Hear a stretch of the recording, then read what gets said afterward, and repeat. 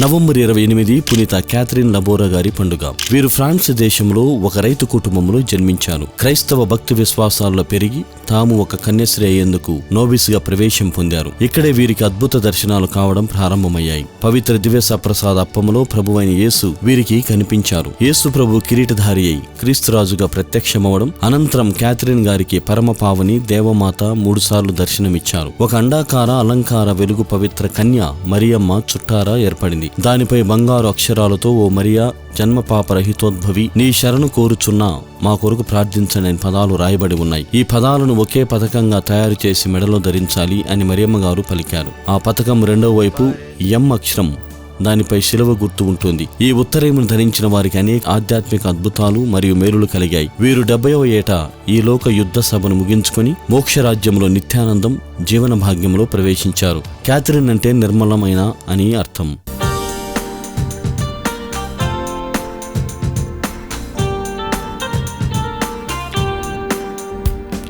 పునీత క్యాథరిన్ లబోరే గారా